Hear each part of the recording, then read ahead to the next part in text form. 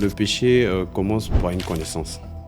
Vous savez, tout à l'heure, avant que je ne vienne, le Seigneur tantôt me dit quelque chose de très particulier. Il me dit que ce qu'un homme n'a jamais connu, il ne peut pas la faire. C'est ça. Ce qui a fait que Adam et Ève ont plongé dans le péché, ce n'est pas une connaissance. Dieu leur a dit de connaître tout, mais de ne pas connaître cet arbre, le fruit de cet arbre. Et le jour qu'ils ont connu, ils ont fait naître quelque chose. Mais à quel moment tu ressentais que c'était une prison? Au moment où je n'arrivais plus à m'en débarrasser, en fait, c'était lui qui dictait ma routine. Waouh. Il dictait quand je dois aller dans la douche. Matin, midi, soir.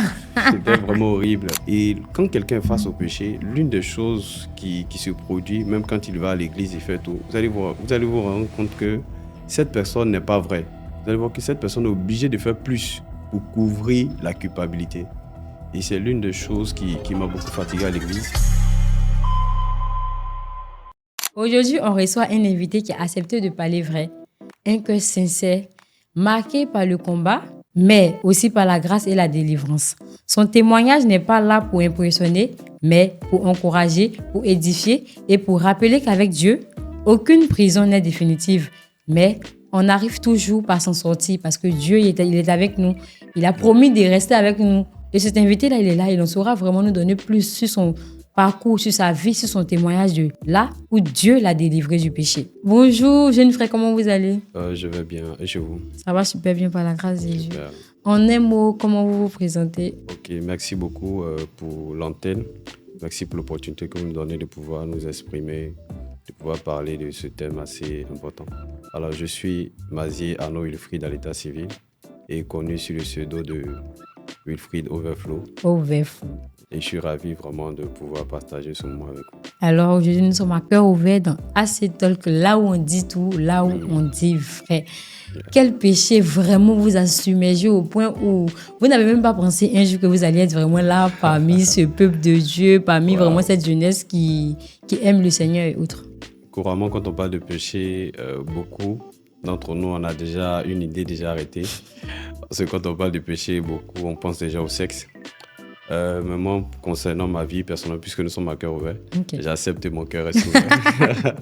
Ok. Voilà, ce qui m'a beaucoup fatigué, c'est le péché sexuel, mais connu surtout par la masturbation et vraiment le Seigneur a fait, parce que c'était un péché qui vraiment m'emprisonnait, me cachait quelque part et c'était vraiment terrible. Et je sais que beaucoup de personnes qui vont suivre cette vidéo vivent au moins la même situation. Yes. Vivent au moins la même situation. Oui, également aussi délivré par la grâce de Dieu. Oui, par mon témoignage. Et je pense que Dieu fera grâce à ces personnes de pouvoir être délivrées. Et l'une des choses que j'aimerais dire là-dessus, c'est que la Bible dit qu'il y a d'autres péchés que nous pouvons commettre. Mais pourquoi est-ce qu'il insiste par rapport au péché qui est lié au corps? Parce que c'est une chose qui nous donne de pouvoir régner Dieu.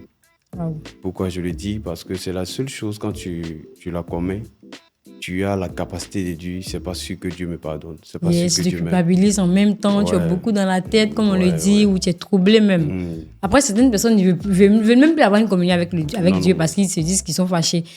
Mais après, ton péché n'est pas plus lourd que l'amour que Dieu a pour toi. Et là même, je voulais revenir dessus parce que l'une des choses qui détruit par ce péché, parce que la Bible dit que sans la foi, l'une est agréable à Dieu. Yes, c'est ça. Or, la foi, c'est la capacité de croire en Dieu. Yes. Et l'une des choses qui nous déconnecte de la foi, ce n'est pas le fait de douter de Dieu, mais c'est le péché, surtout lié au corps. Parce que lorsque tu pèches et du moment où tu te dis, c'est pas sûr que Dieu me pardonne, c'est pas sûr que Dieu est amour, tu es en train de dire à Dieu qu'il n'existe pas. C'est ça. Oh, Dieu est amour. Du moment où l'amour n'existe pas, c'est que Dieu n'existe pas. Alors, selon toi, quel mensonge, en fait, le péché met dans le cœur des gens et puis ils se disent, en fait, que est-ce que je peux sortir de là? Est-ce que je peux arrêter? Parce qu'après, c'est comme si c'est une voix mensongère, en fait. Oui. Bon, pour revenir dessus, comme je disais tout à l'heure, le péché commence par une connaissance. Vous savez, tout à l'heure, avant que je ne vienne, le Seigneur tantôt me dit quelque chose de très particulier. Il me dit que ce qu'un homme n'a jamais connu, il ne peut pas la faire. Si tu n'as pas connu ce que c'est la télévision, tu ne peux pas te mettre devant une télé pour l'apprécier, pour dire tu vas continuer à regarder. C'est ça. Ce qui a fait que Adam et Ève ont plongé dans le péché, ce n'est pas une connaissance. Dieu leur a dit de connaître tout, mais de ne pas connaître cet arbre, le fruit de cet arbre. Et le jour qu'ils ont connu, ils ont fait naître quelque chose. Vous savez, le péché est une chose qui vient par connaissance. Ce que nous appelons masturbation aujourd'hui, que nous commettons par moment, ça vient du fait qu'on l'a connu une fois. Wow. Une personne qui est dans une maison isolée, qui n'a jamais connu ce que c'est la masturbation, l'impudicité et tout, ne peut jamais la commettre. C'est ça. Donc, je veux dire que le piège du péché, c'est par l'information. Plus l'information concernant le péché, ça s'augmente, plus tu t'informes là-dessus, plus ça te détruit. Alors dites-nous, à quel niveau en fait tu as ressenti que ce péché-là devenait comme une prison pour toi? Parce qu'après, vu que je l'ai dit tout à l'heure, là, est-ce que tu pensais même que Dieu pouvait te faire sortir de là tout et tout? Mais à quel moment tu ressentais que c'était une prison? Je ressentais que c'était une prison au moment où je n'arrivais plus à m'en débarrasser. En fait, c'était lui qui dictait ma routine. Waouh. Il dictait quand je dois aller dans la douche. Matin, midi, soir. C'était vraiment horrible parce que je disais que l'une des choses qui détruit nos vies lorsque nous sommes attachés au péché, c'est que le péché ne nous rend pas esclaves. L'esclavage n'est pas quelque chose de mauvais. Parce qu'en réalité, aucun homme n'est libre. Nous sommes toujours esclaves de quelque chose. C'est ça. Mais ce que le péché fait, c'est que ça nous emprisonne dans quelque chose au point où tout ce que nous faisons détruit l'âme. Et c'était quelque chose que je faisais. Il suffit que je tombe dans une douche, c'est parti. Donc ça dictait seulement que mon timing, mon planning, tout ce que je faisais, c'était que pour nourrir ça. Et c'était vraiment méchant. En ce qui concerne l'addiction au péché, c'est quelque chose auquel nous devons vraiment en parler et surtout lutter dans nos contre. églises même, parce qu'après, il y a des prédicateurs qui n'aiment pas prêcher vraiment sur ce côté-là, le sexe, le péché, la masturbation, tellement de choses en fait. Ouais, mais... Après, ce sont des sujets, je sais pas si ce sont des sujets tabous. Bien, mais pourtant, la jeunesse en a besoin en fait, tu vois. Oui. Si toi, t'es pas venu ici dans Assez Talk pour nous dire, franchement, mon péché, il était de me masturber. Bon, excuse-moi, mais personne n'allait savoir. Et puis, il y a des personnes qui peuvent dire, mais c'est lui, Dieu l'a délivré. C'est que moi également, j'ai pu être délivré aussi de ce péché-là. Parce qu'il y a tellement de jeunes qui sont perdus, qui n'arrivent plus à se retrouver en fait. Ouais. Qui n'arrivent plus à se retrouver. Mais si Dieu t'a enlevé, moi, je pense que c'est le même Dieu. Il peut aussi enlever quelqu'un. Donc après, comment tu te sentais quand tu vas à l'église? Tu es quoi, musicien, serviteur de Dieu? Mais comment tu te sens en tant qu'un enfant de Dieu qui sert dans la maison de Dieu puis tu fais ça? C'est comme si tu as un pied dehors, un pied dedans en fait. Donc comment toi-même tu avais... Ton attitude était comment en fait face à ça? Oh, c'était bizarre. En fait, le truc qui se produit, c'est que je disais tout à l'heure que l'une des choses que le péché fait, c'est qu'elle ne nous rend pas seulement esclaves, mais nous dicte comment faire les choses. Elle nous dit comment penser, comment parler, comment faire. En fait, elle nous met dans une boîte pour nous mettre dans un système. Et quand quelqu'un est face au péché, l'une des choses qui se produit, même quand il va à l'église, il fait tout, vous allez vous rendre compte que cette personne n'est pas vraie, dans la mesure où vous allez voir que cette personne est obligée de faire plus pour couvrir la culpabilité. Et c'est l'une des choses qui m'a beaucoup fatigué à l'église. Parce que souvent, on peut dire en griffe, on dit le bishop. Ou bien le pianiste. De toute façon, ce temps, j'étais pianiste, apprenant à l'église et je faisais les directions. Maintenant, dis-moi, est-ce que tu priais aussi pour que le Seigneur te sorte vraiment de cette situation-là? Oui, forcément. Tu priais, tu jeûnais. C'est l'une des clés qu'on nous donnait. On dit qu'il faut prier, il faut jeûner. Malheureusement, je me suis rendu compte que dans la délivrance, il n'y a pas que la prière. La prière était l'une des choses. Yes, l'une des clés aussi. L'une des clés. Mais comme je disais tout à l'heure, que le Seigneur m'a fait comprendre que l'une des choses qui tue en nous le péché, c'est l'information. Le Seigneur m'a dit, tu veux être délivré du péché, il faut prier, oui, mais il faut t'informer si c'est qui c'est le péché. Parce que c'est par la connaissance que nous sommes tombés dans le péché, c'est par la connaissance que nous sommes délivrés. La Bible dit que vous connaîtrez la vérité et elle vous affranchira. Vous connaîtrez comment? Il faut chercher. Et c'était une des choses, je me suis assis, c'est quoi la masturbation? Quelles sont les dérives de la masturbation? Parce que quand tu es à l'église, quand on parle de la masturbation ou bien quand on parle du péché, tu as des remords. Tu suis le culte, mais Tu te sens tu te sens concerné, concerné. visé. Ouais, quand Le on dit statut est visé, en oui, fait. on dit de chanter un chant d'adoration, bon, tu fais bizarre. Tu dis Seigneur. Waouh. Tu joues, mais tu n'es pas concentré Voilà. Et après. quand c'est comme ça, le ciel ne s'ouvre pas. Dieu ne bénit pas son peuple. Quand j'ai commencé à travailler là-dessus, je me suis dit, c'est quoi la masturbation? J'ai regardé, j'ai suivi des enseignements. Et quels sont les démons qui travaillent avec la masturbation? Parce que l'une des choses que le diable fait, c'est qu'il nous cache la connaissance concernant ce péché. C'est ça. Et plus tu t'emmagasines de la connaissance. Parce qu'il dit, vous connaîtrez la vérité et la vérité vous en fera. Voilà. C'est la vérité qui nous rend libres, en fait. Ouais. Si tu sais que l'alcool te détruit, au fur et à mesure que tu t'emmagasines de la connaissance de la destruction de l'alcool, ça va produire en toi le vouloir. La connaissance. Ouais. On ne peut pas arrêter le péché de par lui-même. Il faut emmagasiner la connaissance. Il faut toujours s'informer. Il faut laisser cette connaissance grandir en toi. Et au fur et à mesure, ça chasse, ça cède de la place, en fait, matin, ça disparaît. Et puis... Tu vas avoir du dégoût. Pourquoi? Parce que tu t'es emmagasiné de la connaissance concernant ce péché.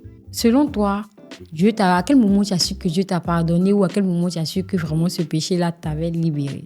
Bon, je l'ai su, pas le jour que j'ai arrêté. Hein. Je l'ai su le jour où j'ai commencé à accepter la vérité concernant ce péché. Parce qu'il faut dire que dans les débuts, je priais, je disais Seigneur, pardonne-moi pour ce péché, pardonne-moi. Mais je retombais toujours. Face à cette situation où tu retombais, comment tu te sentais après? Tu étais culpabilisé? Ouais, je culpabilisais. Comme je l'ai dit, avec Dieu, c'est des étapes. C'est des étapes et c'est normal. Quand tu demandes pardon à Dieu, que tu retombes, c'est normal de culpabiliser et tout. C'est ce qui prouve que tu es enfant de Dieu. Mais il ne faut pas rester à ce niveau-là. Yes. Il faut aller à un autre niveau. Et là c'est là que beaucoup échouent. Lorsqu'ils vont près de 6 fois, 7 fois, 20 fois, 30 fois, au nombre de fois qu'ils veulent. Et quand ils n'y arrivent pas, ils se disent, là c'est fini. Oh Dieu, tu me dis que je ne peux plus. Je vais laisser tomber. Et c'est là survient maintenant ce qu'on appelle la capacité ou le désir ardent de devenir comme Dieu. Wow. La Bible dit que c'est à ces choses que vous reconnaîtrez qu'ils sont fils de Dieu. L'une des choses qui délivre souvent du péché, c'est l'amour. Lorsque tu vois que Dieu t'a aimé, parce que le diable va toujours te cacher l'amour de Dieu. C'est ça. Il va te dire, Dieu t'aime plus, Dieu t'aime plus. C'est Dieu même te voit, mais pourtant, c'est pour que tu puisses vraiment t'engloutir dans la chose. Lui, il ne veut que t'engloutir dans la chose. Voilà, il ne veut que t'appuyer, comme on le dit, dans la chose. Pourtant, tu luttes pour t'en sortir. Ouais. Mais après, est-ce que tu as écouté tes enseignements, tu as écouté aussi des messages de part et d'autre, des témoignages aussi qui t'ont aussi motivé, ou comment ça s'est passé? Oui, j'ai écouté des témoignages de autres. Et je dirais qu'à ce sujet, il y a des témoignages qui quand même nous touchent, nous bénissent. Mais en réalité, ces témoignages n'ont pas la capacité de nous délivrer en tant que tels. Elles produisent en nous quelque chose. Mais c'est à nous. Regardez quelque chose. Pour que quelqu'un soit rassasié, il faut qu'il mange. D'accord. Il mange. Mange bien. Parce que tu peux manger puis ne pas être rassasié. Et voilà, donc il faut qu'il mange. Et manger pour être rassasié, c'est une activité continue. C'est ça. C'est pas juste 2 bouchées que tu... Non, c'est une activité continue. Jusqu'à ce que le ventre soit plein, en fait. Voilà. Et ce qui est caché derrière la lutte du péché, c'est que des gens se disent comme nous auparavant, tu demandes pardon et puis c'est fini, tu es délivré. Non. Où je suis que j'étais délivré, c'est lorsque, une fois j'ai demandé pardon, je suis tombé. Et quand je me suis relevé, l'une des choses qui m'est arrivée, c'est que j'ai commencé à avoir du dégoût. J'ai commencé à avoir du dégoût pour la chose, au point où je pouvais me trouver 1 minute, 2 minutes, 1 heure, 2 heures, 1 jour, 2 jours, à ne même pas faire la chose. Quand je joue où la pression vient, et je dis non, je ne fais pas.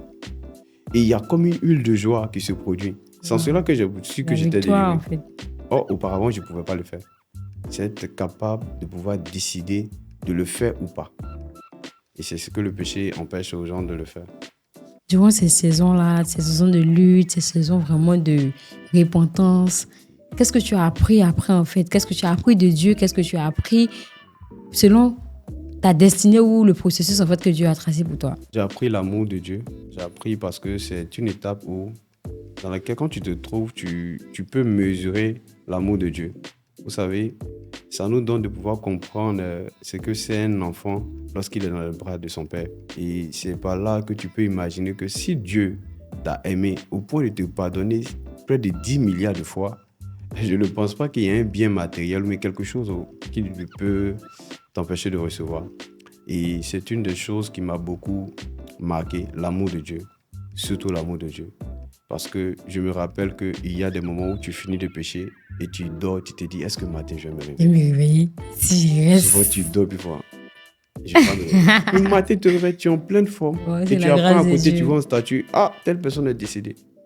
Et tu te dis, waouh, Et je moi, me Dieu lève m'a fait grâce. pendant que j'ai fini de faire quelque chose, même à 1 heure, et je me lève, je suis en vie, pendant que quelqu'un peut-être qui n'a pas fait ça est mort. Et tu dis, waouh, en fait, on ne peut pas mesurer l'amour de Dieu. Tout est grâce, en fait. Tout Ah, est c'est grâce. la grâce de Dieu. Et je pense Ouais. que. Est-ce qu'il y a une parole qui te maintient jusqu'à aujourd'hui, là, qui t'a aidé vraiment dans ces moments difficiles, là, pendant que tu étais dans le péché? Oui, il y a une parole qui m'a beaucoup aidé. Est-ce que tu peux nous partager aussi cette parole-là? Cette parole, elle est simple, je pense que vous la connaissez. C'est Jean 3,16. Car Dieu a tant aimé le monde qu'il a donné son Fils unique, afin que quiconque croit en lui ne périsse point, mais qu'il ait la vie éternelle. Et ce passage, on la récite comme ça, mais il y a des vérités à l'intérieur. L'un des problèmes majeurs du monde, c'est l'amour. Quand vous voyez des personnes se donner à l'alcool, pour moi, c'est parce qu'elles manquent d'amour. Les gens ne leur disent pas qu'elles sont belles, qu'elles sont beaux. La dépression vient de quoi? Du manque d'amour. Yes. Souvent, la masturbation vient du fait qu'il y a quelque chose qui s'est produit où la personne n'a pas eu l'affection qu'il faut. Yes. Par exemple, moi, je n'ai pas grandi avec les parents et autres. Donc, j'ai reçu une éducation Il y a un un peu... choc qui est là, Voilà, et tout. différent des autres. Différent des autres. Même des gens ont des parents mais qui sont là, mais des parents qui ne leur donnent pas l'amour qu'il faut. Mais la réalité, c'est que le véritable amour n'est pas rattaché aux hommes. Le véritable amour, c'est Dieu. Dieu est amour. Et je dis quelque chose rapidement. Regardez quelque chose qui est simple. Le monde a tout ce qu'il faut, mais le monde n'a pas l'amour. Parce que l'amour, c'est Dieu. Yes. L'amour, c'est Dieu. On ne peut pas résoudre les situations de ce monde, même du péché, avec la moralité. Je disais à quelqu'un que le péché n'est pas le fait d'avoir une bonne moralité. Tu peux avoir une bonne moralité, mais tu es dans le péché. Parce que le péché est une gangrène. C'est une plaie. C'est un être vivant qui, tôt ou tard, peut te pousser à faire quelque chose. C'est une entité, en fait. Wow. Et la seule chose qui peut chasser, c'est l'amour. Quand l'amour est là, quel que soit le mal qui va venir, tu ne pourras pas la pratiquer. Yes, c'est ça. Tout ce dont Alors, pendant que on- nous sommes sur ce plateau de Acid Talk, dans notre émission, il y a quelqu'un qui nous suit derrière la caméra. Il pleure dans le silence. Il souffre avec ses péchés, différents péchés là. En tant que toi, quelqu'un qui a vécu dans le péché et qui a vaincu le péché au nom de Jésus, quel message peux-tu donner à cette personne qui est en train de pleurer pendant qu'il nous regarde? Alors, j'aimerais d'abord bénir Dieu pour l'opportunité et dire à ceux qui sont en train de nous suivre, je ne sais pas à l'heure à laquelle vous allez nous suivre, te dire, si Dieu l'a fait pour un, il peut le faire pour deux. Et s'il l'a fait pour deux, il peut le faire pour trois. En réalité, la position dans laquelle Dieu a voulu toujours maintenir l'homme, c'est dans la sainteté. C'est pour ça qu'il a dit que peuple sainte, une race des élus, une nation sainte. L'identité des êtres humains que Dieu a voulu toujours, depuis la création, c'est une nature de sainteté. Et cette nature de sainteté, tu ne l'es pas par tes forces, tu l'es parce que Dieu l'a dit. Yes. Il faut croire ce que Dieu dit. Il ne faut pas croire ce que toi tu penses. Parce que ce que tu penses vient de la nature adamique. C'est ça. Il dit, je connais le projet que j'ai formulé pour vous, des projets de paix, de bonheur Et non de malheur. Parce que tu es une nature sainte. Crois à la sainteté de Dieu dans ta vie. Et comme je l'ai dit, emmagasine dans ton esprit cette pensée que Dieu t'aime. Que Dieu t'aime. Au fur et à mesure que tu vas te nourrir, si tu peux chaque matin, prendre les versets de la Bible concernant l'amour de Dieu. Et plus tu seras en train de méditer, manger, te nourrir de la parole de Oui, Dieu, la parole de Dieu. tu vas voir que cela va commencer à se dissiper seul. Je veux dire à cette personne de ne pas perdre espoir, de se relever. Si Dieu t'a donné la vie, c'est qu'il y a encore un but. Regarde la destinée des gens que tu dois sauver, des vies que tu dois transformer. Et plus tu crois en cela, laisse Dieu faire ce qu'il a voulu faire dans ta vie. Amen. Merci beaucoup. Je pense que cette personne-là sera vraiment encouragée. Alors, selon toi, pourquoi Dieu choisit-il parfois de délivrer des personnes pour que ces personnes-là puissent aussi être un canal de bénédiction ou un canal de délivrance aussi pour les autres personnes? Selon toi, pourquoi Dieu fait ça? Bon, quand tu lis la Bible, il y en a plusieurs exemples. Je pense que si aujourd'hui nous sommes en train de parler, c'est parce qu'il y a des gens qui ont vécu une situation et c'est par cette situation que d'autres se sont référés. Et regarde, Dieu ne prend pas des gens pour les mettre dans le péché. Non. Le col de Dieu n'est pas le péché. Le col de Dieu, c'est l'épreuve. Quand tu regardes la Bible, l'histoire de Jésus, la Bible dit que lorsqu'il sort du baptême, il va dans le désert où il fut tenté par le diable. Dieu ne prend pas quelqu'un pour dire faut te masturber. Quand tu vas sortir, tu vas saigner quelqu'un. Non. Mais après, durant tout ce processus, tout ce parcours, à quel niveau Dieu t'a mis aujourd'hui? Et la Bible le dit que quand tu arrives à Rehoboth, Dieu te met au large. Mais il t'a mis au large à quel niveau? Dis-nous un peu. Comment Dieu t'a mis au large? Dans quel domaine tu es aujourd'hui? Comment tu vois Dieu aujourd'hui? Comment tu communiques avec Dieu aujourd'hui? Après, c'est le processus, c'est le parcours, mais c'est la fin qui est le plus important. Je dirais que Dieu part au large en tant que tel, parce que le parcours, comme tu l'as dit, c'est encore un processus. Yes. Voilà, mais je veux dire que déjà, par rapport à la vie passée, aujourd'hui, il y a quelque chose de quand même un peu qui a beaucoup changé. Déjà au côté finance, comme je l'ai dit tout à l'heure, j'ai pas grandi avec les parents et autres et tout. C'est compliqué. Voilà, c'est toujours débrouillé. Mais aujourd'hui, quand je me vois en train de louer ma propre maison, quand je vois Dieu faire des grandes choses, qui me retrouve aujourd'hui à diriger des programmes, à être leader de mouvement, à faire certaines choses, je me dis... Du péché aujourd'hui à leader de mouvement, franchement. C'est vraiment énorme. Et c'est la grâce des dieux qui fait ça. Je veux dire à quelqu'un que, en réalité, tous autant que nous sommes utiles en fait. Yes. L'utilité d'une personne démontre sa vie sur Terre. Du moment où tu vis, c'est que tu es encore utile pour quelque chose. Donc, il faut toujours croire en fait en ces choses. Il faut toujours croire en ces choses. Et, excuse-moi de le dire, je veux dire à quelqu'un que lorsque tu parlais tout à l'heure de mettre au large, ce sont des choses qui seront parfaites que lorsque nous serons enlevés. Tout ce que nous sommes en train de vivre ici sont que des processus. Donc, il faut croire en ce que Dieu fait.